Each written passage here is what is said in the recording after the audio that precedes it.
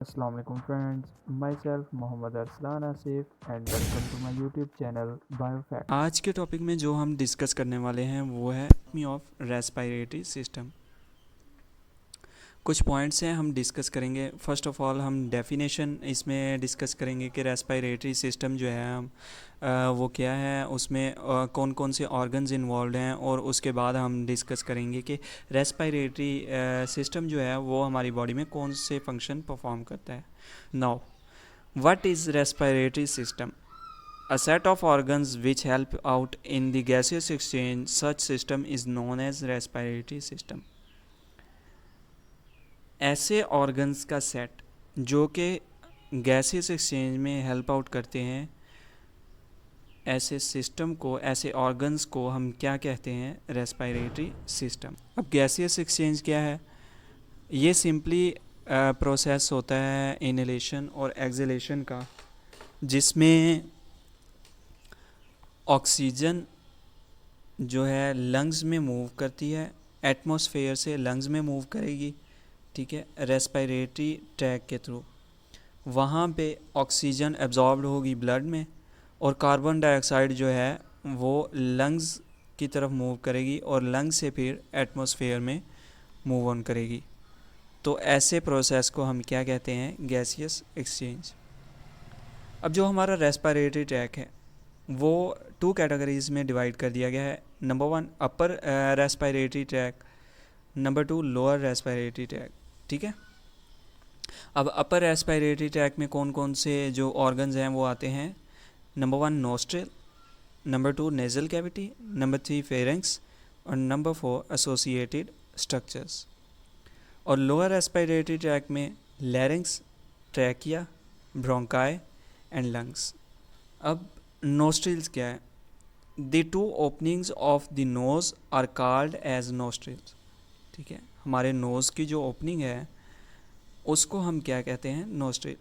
Nostril के बाद हमारे पास नोज़ आती है। नोज़ में छोटे छोटे हेयर और मोकस प्रेजेंट होता है जो हमारे एयर को प्योरीफाई करते हैं।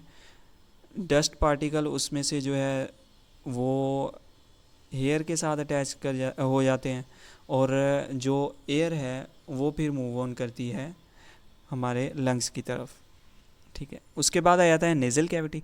The spacing area of the nose is called as nasal cavity. जो हमारे नोज़ में स्पेसिंग एरिया है, ठीक है, जो कैविटी है वो क्या कहलाती है? Nasal cavity.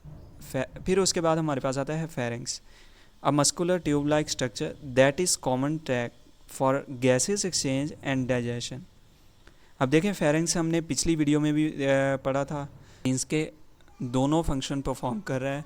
ये रेस्पिरेटरी सिस्टम में भी फंक्शनिंग परफॉर्म कर रहा है और डाइजेस्टिव सिस्टम में भी फंक्शनिंग परफॉर्म कर रहा है। एयर के लिए भी और फूड के लिए भी, दोनों के लिए ये कॉमन ट्रैक है। अब फेरेंक्स के बाद हमारे पास क्या आता है? लैरिंक्स। सबसे पहले कि लैरिंक्स को हम वॉइस बॉक्स भी कहते हैं। अब ये मौजूद कहाँ होता है? फेरेंक्स और ट्रैकिया के दरमियान में मौजूद होता है।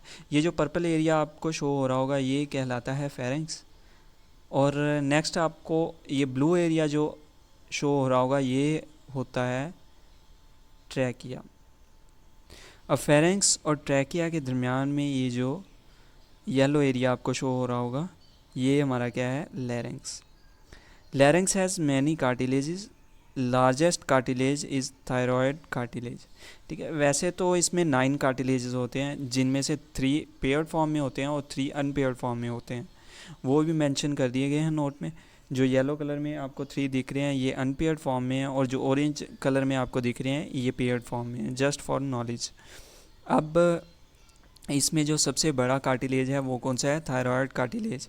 थायरॉयड कार्टिलेज के टॉप पे एक कार्टिलेज प्रेजेंट होता है जो कि एपिग्लॉटिस जिसे हम कहते हैं, ठीक है। अब एपिग्लॉटिस की फंक्शनिंग क्या है? एपिग्लॉटिस मेनली जो फंक्शन परफॉर्म कर रहा है वो ये कर रहा है कि फूड को और पानी को, ठीक है, फूड एंड वाटर, ये एंटर नहीं होने देता हमारे लंग्स में। जब कभी भी फूड हम खाते हैं या पानी पीते हैं तो ये हमारे ट्रैकिया को और लंग देखें ट्रैकिया लीड कर रहा है किस तरफ? लंग्स की तरफ। तो अगर ट्रैकिया कवर हो जाएगा, ऑब्वियसली जो लंग्स है उनकी भी प्रोटेक्शन कर रहा है। अब ट्रैकिया को ये कवर करेगा, जब भी फूड हम खाएंगे ये क्लोज हो जाएगा और फूड जो है वो एसोफेगस की तरफ मूव ऑन कर जाएगा, जो कि स्टमक की तरफ जाता है, ठीक है।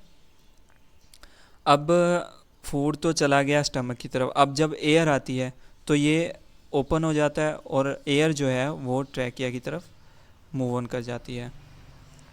A leaf-shaped flap in the throat that prevents food and water from entering the trachea and the lungs। वही बात, ठीक है, फूड और पानी से जो है ये प्रिवेंट करता है ट्रैकिया और लंग्स को। अब वोकल कॉर्ड क्या है? वोकल कॉर्ड मौजूद कहाँ होता है? ये हमारे लैरिंक्स में मौजूद होता है। अब इसका मेन फंक्शन क्या है कि ये साउंड प्रोड्यूस करता है।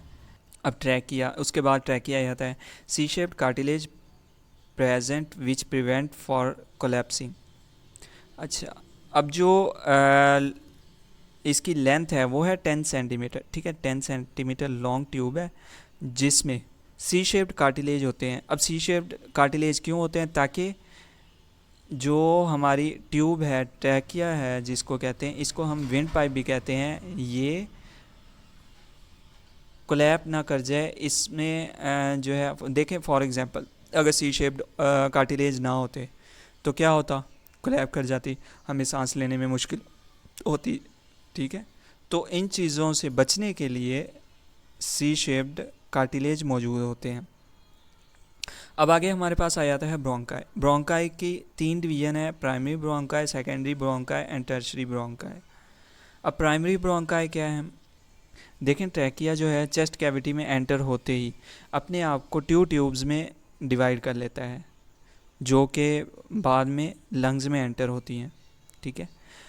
अब जो ट्यूब्स में डिवाइड किया है उनको हम क्या कहते हैं? Primary bronchi. अब प्राइमरी ब्रोंकाई तो हो गया, ठीक है। उसके बाद जैसे ही लंग्स में एंटर होती हैं ये अपने आप को जो है फर्दर मोर सब ट्यूब्स में डिवाइड कर लेती हैं, प्राइमरी ब्रोंकाई। देखें, ट्रैकिया की डिवीजन हुई तो वो क्या कहलाई? Primary bronchi. प्राइमरी ब्रोंकाई की डिवीजन हुई तो वो क्या कहलाई? Secondary bronchi. अब सेकेंडरी ब्रोंकाई की फर्दर मोर छोटी छोटी डिवीजन हो रही हैं, अब उन्हें हम क्या कहेंगे? टर्शरी ब्रोंकाई, जिन्हें हम ब्रोंक्यूल्स भी कहते हैं। अब वो ब्रोंक्यूल्स सैक लाइक स्ट्रक्चर जो है उस पे जाके एंड होंगी, उसे हम क्या कहते हैं? एल्वुलाई। अब एल्वुलाई क्या है? Tiny air sacs that function as basic respiratory units, ठीक है। अब बेसिक यूनिट जो है वो कौन सा है? इसका रेस्पिरेटरी जो सिस्टम है इसका बेसिक यूनिट एल्वुलाई है, ठीक है। मींस कि जहाँ पे गैसेस एक्सचेंज अकर हो रही है, वो तो हमने ट्रैक डिस्कस किया है ना कि कहाँ कहाँ से एयर पास ऑन कर रही है। अब यहाँ पे गैसेस एक्सचेंज हो रही है। अब मिलियंस ऑफ एल्वुलाई जो हैं एक लंग्स में जो हैं वो प्रेजेंट होते हैं, और ये सराउंडेड किस चीज़ से होते हैं? स्मॉल कैपिलरीज होती हैं, उनसे सराउंडेड होते हैं। अब वहाँ से कैपिलरी से जो कार्बन डाइऑक्साइड है जाता है एल्वुलाई में, एल्वुलाई से ऑक्सीजन जो होता है वो कैपिलरीज में जाता है और ब्लड के थ्रू पूरी बॉडी में जाता है, ठीक है। और जो कार्बन डाइऑक्साइड है वो एल्वुलाई से कहाँ जाती है? हमारे एटमॉस्फेयर में, रेस्पिरेटरी ट्रैक के थ्रू होती हुई एटमॉस्फेयर में चले जाती है। आई होप कि आपको मेरी वीडियो पसंद आई होगी। तो जो लोग मेरे चैनल पे न्यू हैं वो मेरे चैनल को सब्सक्राइब करें, वीडियो को लाइक करें, बेल आइकन दबाना मत भूलिएगा ताकि आपको मज़ीद इन्फॉर्मेटिव वीडियोस मिलती रहें। थैंक यू एंड अस्सलाम वालेकुम।